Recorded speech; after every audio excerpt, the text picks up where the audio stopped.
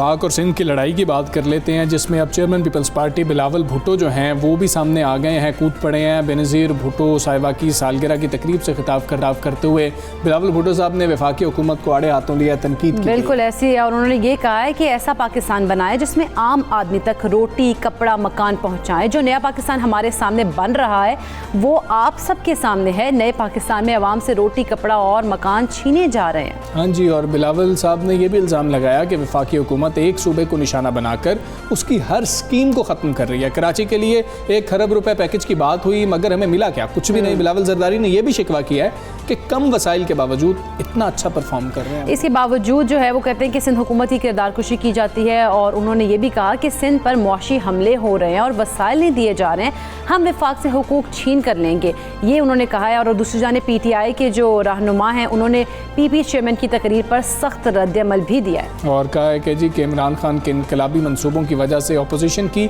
अब नींदें उड़ चुकी हैं। अब ये जो बातचीत हो रही है और उसके बाद ये कहा जा रहा है कि जी कि हमें ताना भी जो है दिया जा रहा है और ताना हम नहीं कबूल करेंगे जब हमारे साथ जो है मुआशी तौर पर सिंध के साथ जो है वो सलूक नहीं किया जा रहा जो बाकी सूबों के साथ किया जा रहा है। बिलावल भुट्टो ने जो कुछ कहा है हम अपने नाज़रीन को वो भी सुना देते हैं। जो नया पाकिस्तान हमारे सामने बन रहा है, जो नया पाकिस्तान हमारे सामने बन रहा है, उस पाकिस्तान में तो अवाम से रोटी कपड़ा मकान छीना जा रहा है। इस सूबा में ऐसे काम हुआ है जो कोई बुज़दार या इमरान खान इस किस्म का काम नहीं कर सकते। हम इसको तक दिफा करेंगे, हम इनके लिए हुकूक छीन के लेंगे वफाक से। जब तक इनको अपने हुकूक नहीं मिलते हैं, जब तक हमें अपने हुकूक नहीं मिलते हैं, तो हम ये ताना नहीं सुनेंगे, हम बर्दाश्त नहीं करेंगे। जिस तरीके से मुसलसल NFC अवार्ड नहीं दिया जाता है मगर बजट दिया जाता है, जब भी ये जुल्म किया जाता है तो हर सूबा का हक मारा जाता है। हम कब तक इस जुल्म को बर्दाश्त करते रहेंगे? चीफ मिनिस्टर सिंध साहब ने पूरा मुल्क के सामने एक्सपोज कर दिया है कि किस नाइंसाफ़ी के साथ इन्होंने अपने PSDP का मंसूबा वफाकी बजट में बनाया है, और किस तरीके से सिर्फ एक सूबा को खास तौर पे निशाना बना के उनके हर स्कीम तकरीबन हटाया गया था।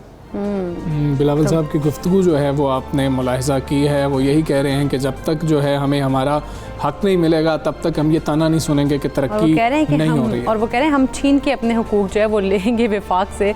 तो बात यहाँ तक है कि सवाल तो यही पैदा होता है ना हमजा कि क्या वफाक जो है वो सूबों को हुकूक नहीं दे रहा, जिस तरह से बिलावल भुट्टो ने कहा। सवाल ये भी तो है कि आप तीसरी दफ़ा मुसलसल हुकूमत कर रहे हैं सिंध पर, और फिर भी आप ये बात कर रहे हैं कि तरक्की अगर नहीं होगी तो फिर हम तो ज़िम्मेदार नहीं हैं क्योंकि हमें तो हमारा हक ही नहीं मिल रहा है। तो इस तरह की जब चीज़ें हो रही होंगी तो सिंध के अवाम बहुत अच्छे तरीके से समझ रहे हैं कि जब वफाक की जानिब से भी बयानबाजी हो रही है, सिंध हुकूमत की जानिब से भी बयानबाजी हो रही है, chairman People's Party Bilawal Bhutto भी बयान इस तरह के दे रहे हैं, तो उनका पुरसाने हाल कौन होगा ये बेहतर तरीके से समझ सकते हैं कि काम तो होता हुआ नज़र नहीं आ रहा। बिल्कुल ऐसे ही है, क्योंकि अवाम जो है वो तो हुकूमती नुमाइंदों को ही देखती है, क्योंकि जिनको उन्होंने वोट दे के ऐवानों में बैठाया वो कहते हैं कि ये ऐवानों में जाके हमारे मसाइल हल करेंगे, हमारे इलाके के लिए, हमारे शहरों के लिए कोई बातचीत करेंगे, कोई उनके मसाइल हल करेंगे। लेकिन हम देखते हैं कि सूरत हाल बिल्कुल इसके बरक्स है, और यहाँ पर एक दूसरे पर तनकीद की जाती है, शिकवा जवाब शिकवा वाली बात जो है वही हमें नज़र आती है यहाँ पर। तो बिल्कुल ऐसे ही है, और ये तमाम तर सूरत हाल है। और इसी हवाले से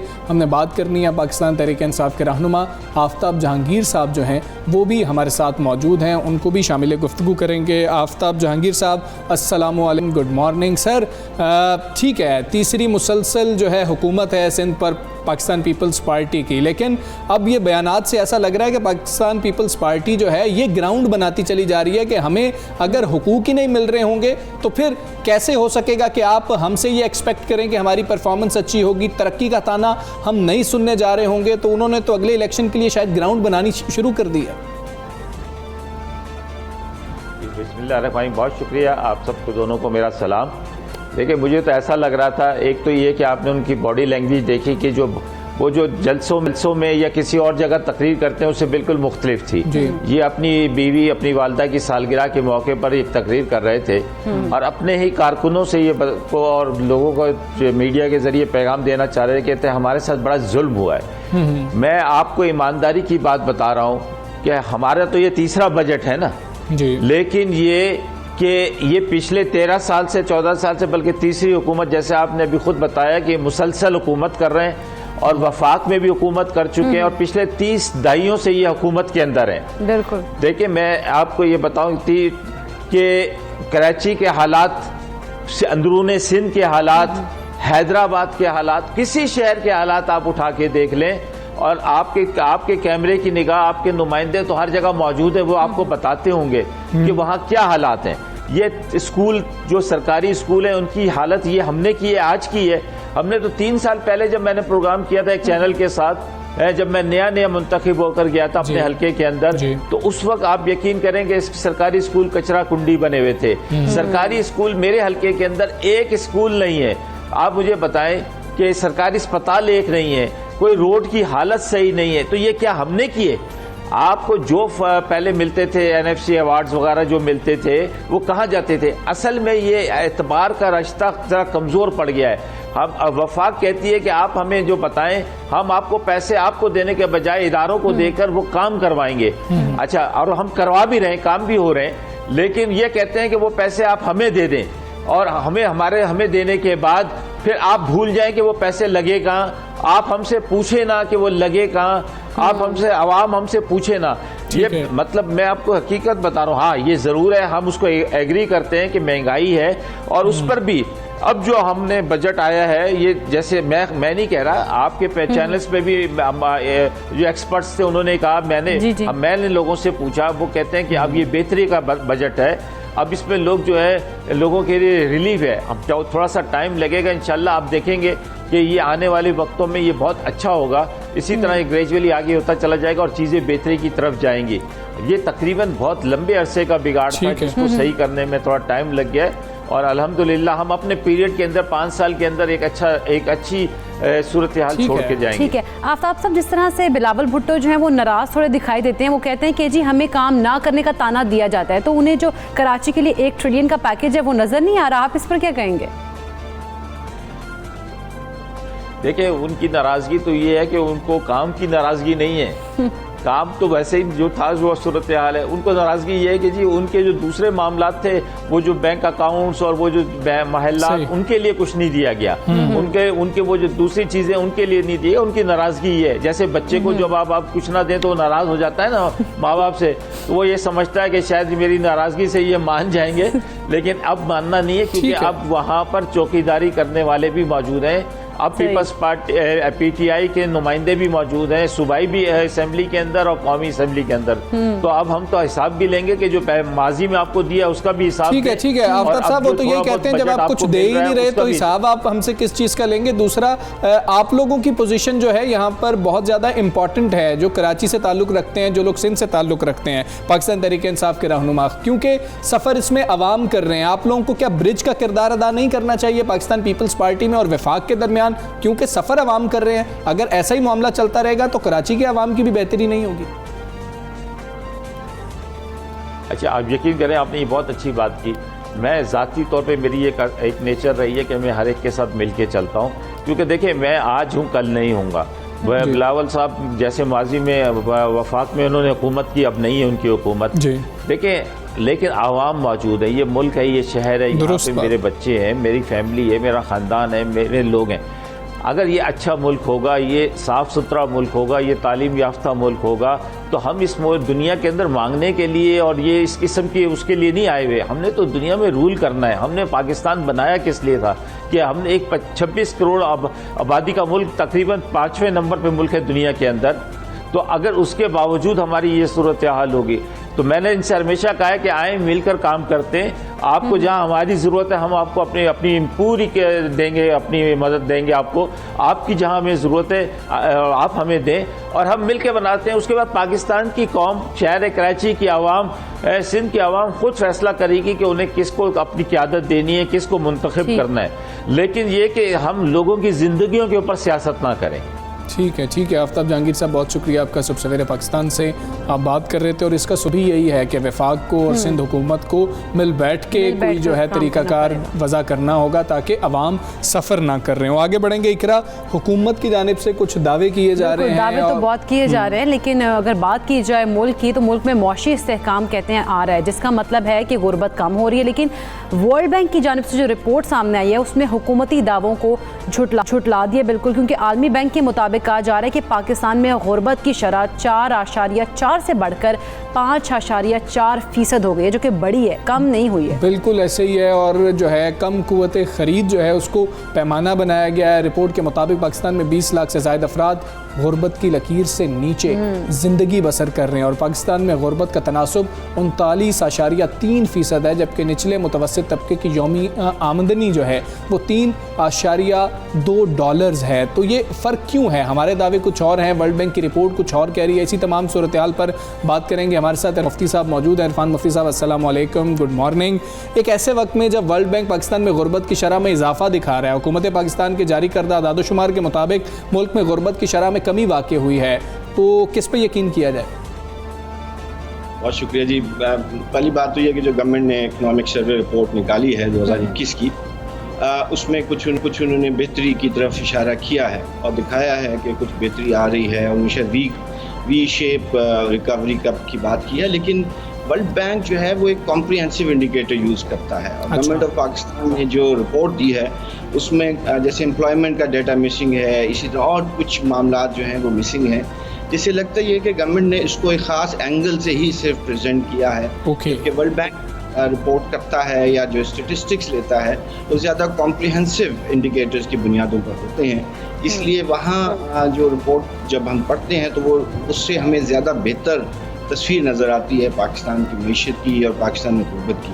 और ये बात दुरुस्त भी है कि कोविड में गुर्बत में इजाफा हुआ है, और ये कोई 5, जैसे आपने कहा 5.2 से 5.4% जो है पॉवर्टी में इंक्रीज़ हुआ है इन 1.5-2। तो ये तो हमें मानना पड़ेगा। इस रिपोर्ट में भी जो इकनॉमिक सर्वे रिपोर्ट है उन्होंने माना है कि ये कुछ जगहों पर जैसे इन्फ्लेशन में इजाफा हुआ है, एम्प्लॉयमेंट में बहुत ज़्यादा डिक्लाइन आया है। तो अगर हम इन तमाम इशारियों को इकट्ठा करेंगे तो भी शायद वही नज़र आएगी जो हमारे वर्ल्ड बैंक या बैरूनी इदारे हमारे बारे में लिखते हैं। बिल्कुल। इरफान मुफ्ती साहब, जिस तरह से कहा जा रहा है कि महंगाई और बेरोज़गारी है, इनके अलावा आप क्या समझते हैं कि गुर्बत की वजह क्या है? क्यों किन वजूहात की बिना पर गुर्बत में इजाफा हो रहा है? क्योंकि हम देखते हैं कि वज़ीर-ए-आज़म इमरान खान तो गुर्बत में खात्मे की अक्सर मिसाल जो है वो चीन की देते हैं। आखिर चीन ने ऐसा क्या किया है कि वहाँ पर गुर्बत नहीं है? देखिए, पहली बात तो ये जहन में रखिए कि गुर्बत को नेचुरल फिनोमेना नहीं है, इसको कुदरत नहीं बनाती, ये इंसान बनाते हैं। इंसानों की गलत पॉलिसियों के असरात होते हैं, माशी नाइंसाफ़ियों की वजह से होते हैं। और पाकिस्तान बदकिस्मती से एक ऐसा मुल्क है जहाँ माशी नाहमवारी और माशी नाइंसाफ़ी बहुत ज़्यादा है और डीप रूटेड है। नतीजा ये होता है कि हम ग्रोथ तो मेंटेन कर लेते हैं या अचीव कर लेते हैं, लेकिन वो ट्रिकल डाउन नहीं होती, आम लोगों तक नहीं पहुँचती, वो जैसे देहात के लोगों तक नहीं पहुँचती। शहरों के चंद इलाकों तक तो महदूद रहती है, लेकिन देहात को जब तक आप नहीं उठाएंगे। अब चीन के जो हम मिसाल बार बार देते हैं वो यही मॉडल, चीन ने जो 80 करोड़ लोगों को गुर्बत से निकाला है, और ये देखिए 78 में उन्होंने इकॉनमी को ओपन किया था, और 78 से लेकर पिछले कम से कम 5 सालों तक पहले तक तो उनकी 10% से ज़्यादा ग्रोथ थी। और उसकी बुनियादी वजह ये थी, जैसे मैंने पहले भी जिक्र किया था, कि उन्होंने देहात में इंफ्रास्ट्रक्चर को डेवलप किया, देहात में प्रोडक्टिविटी को बढ़ाया, देहात में हेल्थ और हाइजीन को बेहतर किया, वहाँ पर हाउसिंग और शेल्टर को बनाया, जिसकी वजह से जो लोग जिनको एम्प्लॉयमेंट चाहिए थी, जिनको प्रोडक्टिविटी चाहिए थी और उसके असरात चाहिए थे, वो उन तक पहुँचे हैं। सो हमारे क्या है, हमारा सारा अर्बन मॉडल है। आप ये देखें कि जितनी तरक्की हमें नज़र आती है वो शहरों के इलाकों में नज़र आती है।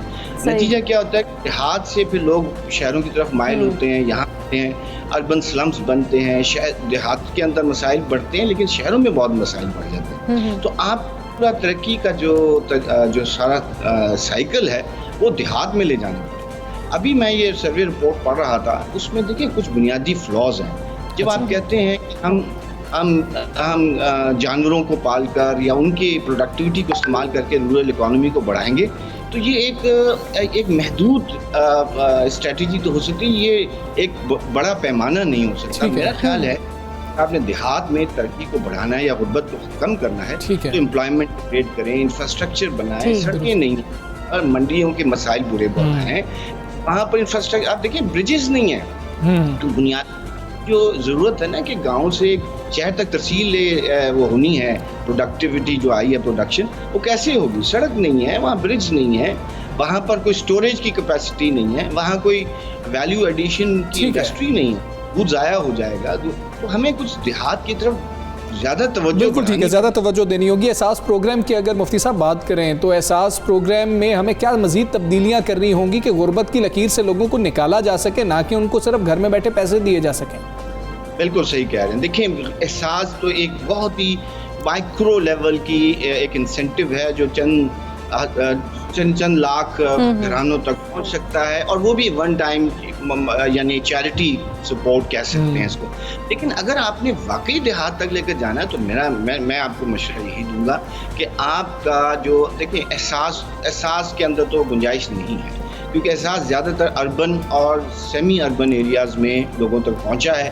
देहात में जिनकी हम बात करते हैं, सिंध के देहात हैं, साउथ पंजाब में हैं, पख्तूनख्वा के हैं, बलूचिस्तान का तो बहुत बड़ा इलाका है जहाँ तक ये स्कीमें नहीं पहुँची और ना इनकी रसाई है, क्योंकि वहाँ टेक्नोलॉजी नहीं है, लोगों को कोई राब्ता नहीं है हुकूमत के साथ। आप सारा जो प्लानिंग है PSDP जिसको आप कहते हैं, उसको लोगों तक ले और देहात में उसका रुख मोड़ें, वो नहीं हम कर पा रहे हैं। और ये जो इनकन्सिस्टेंसी हमारी इकोनॉमिक पॉलिसी की, ये वर्ल्ड बैंक ने भी कहा, यही बुनियादी वजह है कि हम ना गुर्बत को कम कर पा रहे हैं, ना तरक्की की जो शरह है वो बेहतर कर। ठीक है, इनकन्सिस्टेंसी जो है एक बड़ी वजह है। बहुत शुक्रिया इरफान मुफ्ती साहब, सुबह सवेरे से आप बात कर रहे थे, उनकी गुफ्तगू आपने मुलाहिजा की। इकरा आगे बढ़ते हैं, प्लानिंग की भी ज़रूरत है यहाँ पर तो हमें, और वज़ीर-ए-आज़म इमरान खान जो है ना इस हवाले से इक़दामात भी कर रहे हैं, जो कि एक अच्छी बात है कि इनिशिएटिव इस तरह के ले रहे हैं कि गुर्बत जो है उसको ख़ात्मा उसका किया जा सके। खैर आगे बढ़ते हैं, वज़ीर-ए-आज़म इमरान खान ही की बात करते हैं। उनकी ज़ेर-ए-सदारत मुश्तरका मुफादात काउंसिल के इजलास में नेशनल इलेक्ट्रिसिटी पॉलिसी 2021 की मुतफ़िक़ा तौर पर जो है ना वो बातचीत उसमें की गई है हमजा। तो ये एक ऐसी है, एक अच्छा इक़दाम है। वज़ीर तवानाई हमाद अज़हर ये कह रहे हैं कि आज एक तारीख़ी दिन है कि सारे सूबों ने नई इलेक्ट्रिसिटी पॉलिसी की मंजूरी दे दी और नई पॉलिसी की रोशनी में जो ज़ैली शोबे हैं उनके लिए 10 से 12 पॉलिसियाँ तश्कील दी जाएंगी। बिल्कुल ऐसी हमाद अज़हर ने यह भी कहा है कि जो नई पॉलिसीज़ हैं इन पर तमाम सूबों के साथ 100 से ज़ायद इजलास भी हुए हैं और नई इलेक्ट्रिसिटी जो पॉलिसी है उसके तहत शफाफ अंदाज में नए तवानाई मनसूबों की मंजूरी भी दी जाएगी। अच्छा, वो ये भी कह रहे हैं कि बिजली की जो तरसील है और पैदावार है उसको दुरुस्त समत में हम लेके जाने की कोशिश कर रहे हैं और रवां साल बिजली की तकसीम का जो निज़ाम है उसको बेहतर करने के लिए 100 अरब रुपए भी मुख्तस कर दिए। बिल्कुल ऐसे ही इसके साथ साथ नई इलेक्ट्रिसिटी जो पॉलिसी है इसके आइंदा 10 साल के लिए कह रहे हैं कि ये है, और वफाकी वज़ीर ने यह भी मजीद कहा कि नई पॉलिसी में मुतय्यन करदा उसूलों की बुनियाद पर नया नेशनल एक्शन प्लान जो है वो भी तरतीब दिया जाएगा। जबकि नई पॉलिसी के तहत अगर बात की जाए तो कौम को सस्ती और माहौल दोस्त बिजली भी हासिल हो सके। अच्छा, ये सबसे अहम चीज़ है ना कि आवाम को क्या चाहिए कि सस्ती बिजली मिल रही हो। आवाम का सवाल ही है एनवायरमेंट फ्रेंडली भी हो, वो पाकिस्तान की ज़रूरत है और वो पूरी दुनिया की ज़रूरत है कि वो एनवायरनमेंट फ्रेंडली हो और सस्ती बिजली तो किसको नहीं चाहिए। यूनिट इतना ज़्यादा महंगा हो गया है कि लोग बहुत ज़्यादा परेशान हैं, इतना बिल आ रहा होता है लोगों का कि अब वो परेशानी हो रही है। और फिर हम इंडस्ट्री की बात करें, जब वहाँ पर बिजली महंगी हो जाती है, यूनिट महंगा हो जाता है तो उसके बाद अशिया महंगी हो जाती है, बिल्कुल। और वो अगर आवाम उनसे भी शिकायत करे, वो कहते हैं हमारा कसूर तो नहीं है, बिजली की कीमतों में इजाफा हो रहा है तो इसलिए हम उनको भी बिल्कुल ऐसे ही। और उन्होंने ये भी रिटेलर जो है वो कहते हैं कि नया टैक्स नहीं लगाया बल्कि उन्हें टैक्स दायरे में लाने का इकदाम भी किया है। हाँ, ये ठीक है। अगर इसके 100 से ज़्यादा इजलास हुए हैं, आपस में बातचीत हुई है, मुशावरत के बाद तमाम सूबे मुत्तफिक हो गए हैं तो ये एक कामयाबी है। बिल्कुल, लेकिन हमजा यहाँ पर हम जिस तरह अगर देखें इस तरह पॉलिसी आई है इसमें फ़ायदा आवाम के लिए हो रहा है, आवाम को लेके सोचा जा रहा है कि भाई उनको हमने सस्ती और माहौल दोस्त जो बिजली है वो फराहम करनी है। यकीनन ये एक खुशाइन बात है और हम चाहते हैं, उम्मीद भी करते हैं कि ऐसी पॉलिसीज़ जो आवाम के हक में बेहतरी लेकर आएँ वो आनी भी चाहिए। बिल्कुल ऐसे ही ये मुश्तरका मफादात काउंसिल का इजलास हुआ था जिसमें नेशनल इलेक्ट्रिसिटी पॉलिसी 2021 की मुत्तफ़िक़ा तौर पर मंजूरी दी गई है। 10 से 12 जो हैं पॉलिसियाँ वो तश्कील दी जाएंगी। हमाद अज़हर साहब जो हैं इसमें कुछ क्लैरिटी लेके आ रहे थे, वो ये भी बता रहे थे कि 10 साल के लिए ये पॉलिसी होगी। और जिस तरह से हम बात कर रहे हैं कि माहौल दोस्त और हमाद अज़हर साहब का ज़ोर दूसरा ये था कि सस्ती बिजली जो है वो हम मुहैया कर पाएंगे, जो कि बहुत अहम चीज़ है। और आवाम का तो जो तमाम फोकस है वो ऐसी चीज़ों पर ही हो रहा होता है। और सेकेंडली हमजा, जिस तरह से उन्होंने कहा है ना कि इसके ऊपर प्लानिंग पूरी होने का, क्योंकि 100 से ज़्यादा इजलास भी होंगे इसके ऊपर, तो एक प्रॉपर प्लानिंग के थ्रू अगर आएंगे तो मेरा ख्याल है कि ये जो जिस तरह से उन्होंने आइडिया लेकर आए हैं वो उसको इम्प्लीमेंट भी कर सकेंगे और आवाम के लिए सहूलत भी ये मुयसर होगी। बिल्कुल ऐसी, और सारे सूबों ने जो है इसकी मंजूरी भी दे दी है। इसके अंदर कोई इख्तलाफ सामने नहीं आया। सब ने आपस में जिस वक्त इजलास हो रहे थे, मुख्तलिफ आरा आ रही थी, मुख्तलिफ राय आ रही थी, और उसके बाद एक मुत्तफ़िका तौर पर ये फ़ैसला कर लिया गया है, जो कि बहुत अच्छी बात है। अच्छा, हम आगे बढ़ते हैं, कुछ वफाकी दारुल हुकूमत की बात बिल्कुल सही है, क्योंकि वहाँ पर मोटरसाइकिल ना गाड़ी पर इस तरह की भी बातें सामने आई थी, लेकिन हम हमसे इसके ऊपर बात करेंगे, लेकिन यहाँ पर ब्रेक ले लेते हैं। ब्रेक के बाद वापस आएंगे। Stay with us.